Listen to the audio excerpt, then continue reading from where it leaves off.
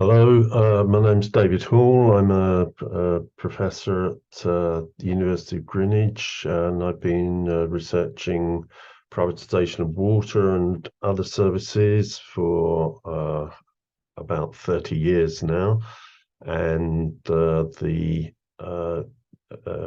in the UK and in Europe and across the world. I'm very pleased to have been asked to contribute to this meeting, and I want to congratulate you on organising such a very broad-based campaign against the government ignoring this court decision, because it's very important, both for protecting the water sector and, of course, for protecting the rule of law. I want to say something briefly about legal aspects of public ownership in EU countries, which I know Greece has had a very stressful time over with the European Commission, but the law, I think, is fairly clear. Then secondly, I want to say something about our experiences here in the UK with water privatisation, specifically in England, because in Scotland and Northern Ireland, they had good sense to campaign vigorously against water privatisation successfully. So it's just England where we've privatised the water still. And then I want to say something about what's happened worldwide and the reasons for that, and general trends about what's happening in terms of public and private ownership and operation of services like water and energy. So, first of all, I want to say something about the law. It's not unusual to find governments and businesses and supporters of privatization behaving outrageously in relation to court decisions which they disagree with. I remember some years ago in the Philippines when a court dared to rule that the proposed privatization of water in the capital, Manila, would be damaging to the environment and therefore should not go ahead.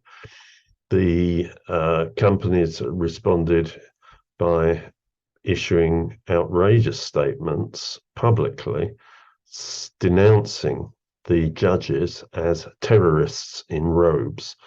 And with that kind of attitude from supporters of water privatization, it's no surprise if recurrently in various places we find this readiness to resist the rule of law. One particular aspect in Europe is a constant drip that EU law in some way does not permit countries to insist on public ownership. That's been said very often in various places, but it is surprisingly basically untrue. There is a clause in the EU treaty itself on this subject, and it's easy to remember which article it is. It's article number 345, and it says very simply, the treaty shall in no way prejudice the rules in member states governing the system of property ownership, which means, even more simply, that the EU has to be completely neutral on countries' decisions as to what is publicly owned and what is privately owned. And that is categorically part of EU law. It's so much part of EU law that it's even permissible to ban private ownership completely. This is what the Netherlands does, in fact. In Netherlands, it's illegal for anybody except a public authority to own or control a water company, full stop. And that's perfectly illegal under EU law. It has similar prohibition for electricity and gas grids. Private ownership of transmission and distribution systems in the energy sector is prohibited in the Netherlands. It's illegal. And when this was challenged in front of the European Court a few years ago, the European courts, reluctantly no doubt, confirmed that it was indeed true that Article 345 TFEU must be interpreted as covering rules entailing the prohibition of privatization. So EU law should be unequivocally and certainly on our side. And I've got a slideshow here. I'm going to show you one or two slides from time to time, but you'll be able to access this, and it gives you the references for those statements. So, okay, moving on to what happened in the UK. Unfortunately, we had a privatisation of the water services by Thatcher in 1989. We're seen as the pioneers. It's not true in the case of water. French water, in fact, water in many countries was private in the 19th century, but almost everywhere in Europe municipalized it, brought it into public sector by the 1920s, with the outstanding exception of France, and the French private companies dominated. But nowhere else really until the Thatcher government, the rise of neoliberalism. So in England, we got water privatized in 1989. What happened? It's very well known now, these details, and they're all pretty much bad news. Firstly, in terms of prices, did prices fall because of greater efficiency and so on? No, they didn't. Real prices to consumers rose by 40%. Over and above inflation in 15 years. That's real price of water rose 40% above inflation in 15 years. Secondly, because the public essential service monopolies, surely they were only taking very, very low returns. Nope, not at all. The private owners have been systematically extracting dividends, over £50 billion in dividends over the last 30 years. That's getting on for £2 billion per year, which is about the same in euros. An extraordinary amount of money. And they've been doing it by borrowing money to finance the dividends. They paid out over 50 billion in dividends. They borrowed over 50 billion. And so that's how they've managed to keep going and continue to pay themselves those dividends. What about investment?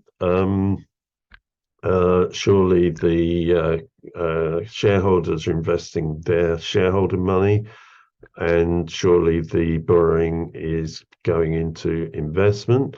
No, on a straight analysis of the company's cash flow, consistently over 30 years, the money paid for by consumers covers not only operating expenditure, but all the capital investment.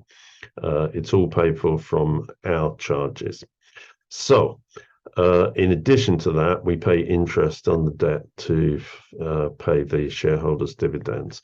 The shareholders haven't put in hardly any additional equity of their own money since privatization. So what difference did it make? We calculated a couple of years ago that if instead water was still in public hands in England, every household in England would gain about £93 per year. That's between £1.50 and £2 per week. Again, you can think of it in terms of euros, which is quite a lot of money. Moreover, beyond the economic problems, there's performance problems. There's huge problems now in the UK with sewage overflowing into the sea and into the rivers. There is outrage among people who go fishing, among people who go surfing, among people who go swimming at the way the water companies are simply not doing anything to prevent this.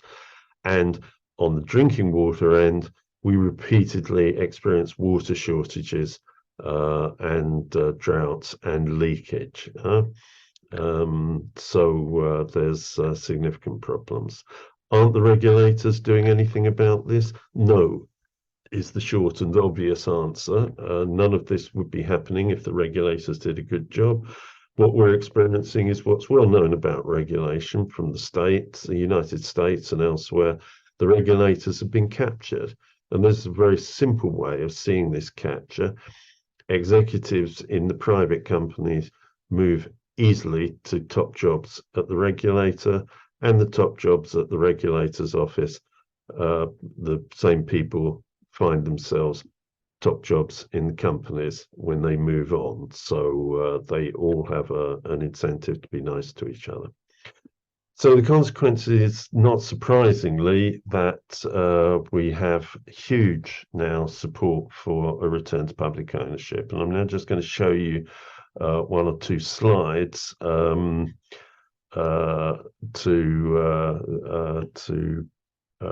support these points.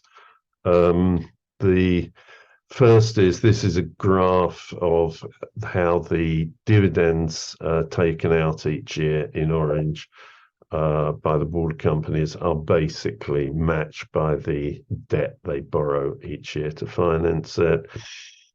That's a more technical one about how the operating cash flow covers capital expenditure.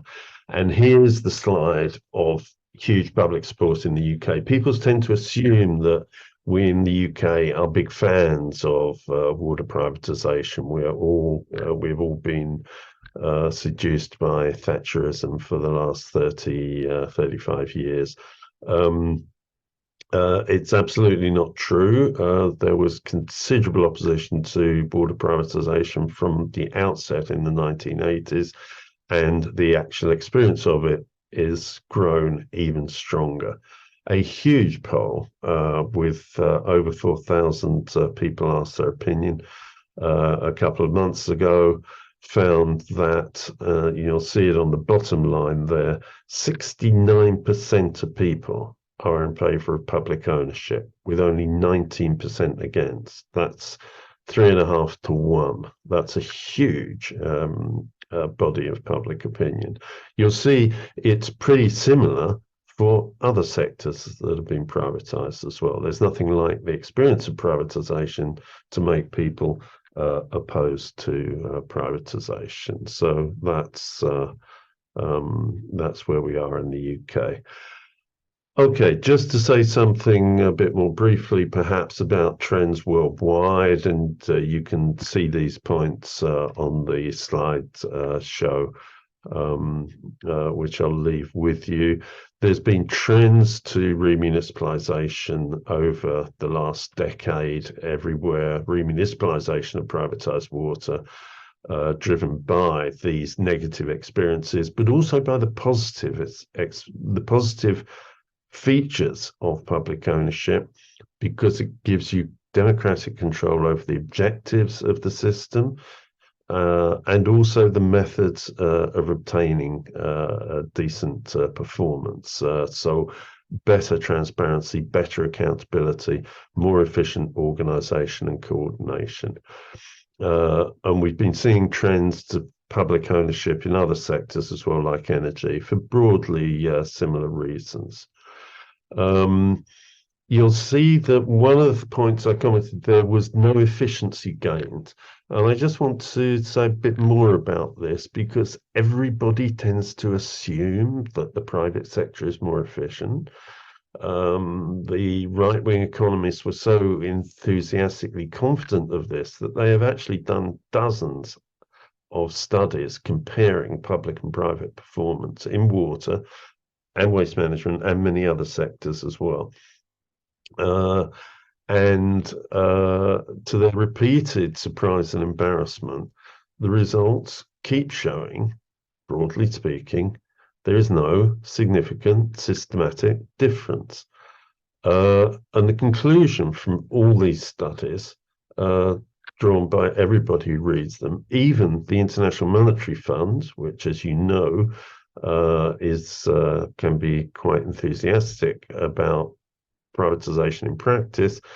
In 2004, The International Monetary Fund says, while there is an extensive literature on the subject of private greater efficiency, the theory is ambiguous and the empirical evidence is mixed.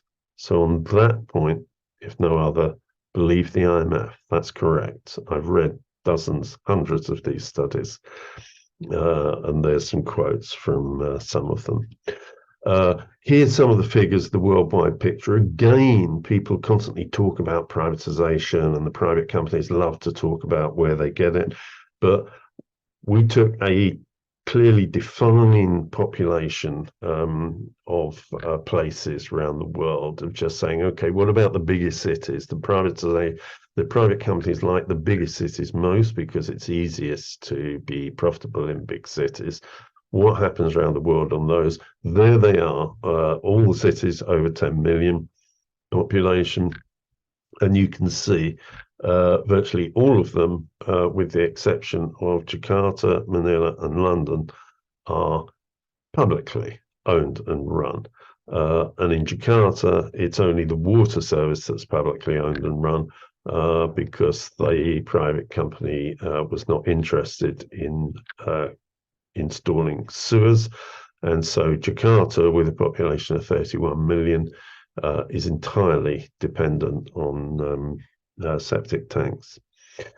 In London, we at least have sewers, but apart from that, we're the only city outside Indonesia and the Philippines with population 10 million or more, which is privatized. Trend away from privatization towards remunicipalization, similar trends in other services across Europe. Part of this is a rerun of the historical factors that led Europeans to bring water into public hands in the first place. So I hope that's helpful. As I say, I'll leave you with the privatization, with the PowerPoint presentation, and I'd be very happy to contribute further to the campaign. Once again, congratulations, and I will hope to be able to support you in any other way. Thank you very much indeed.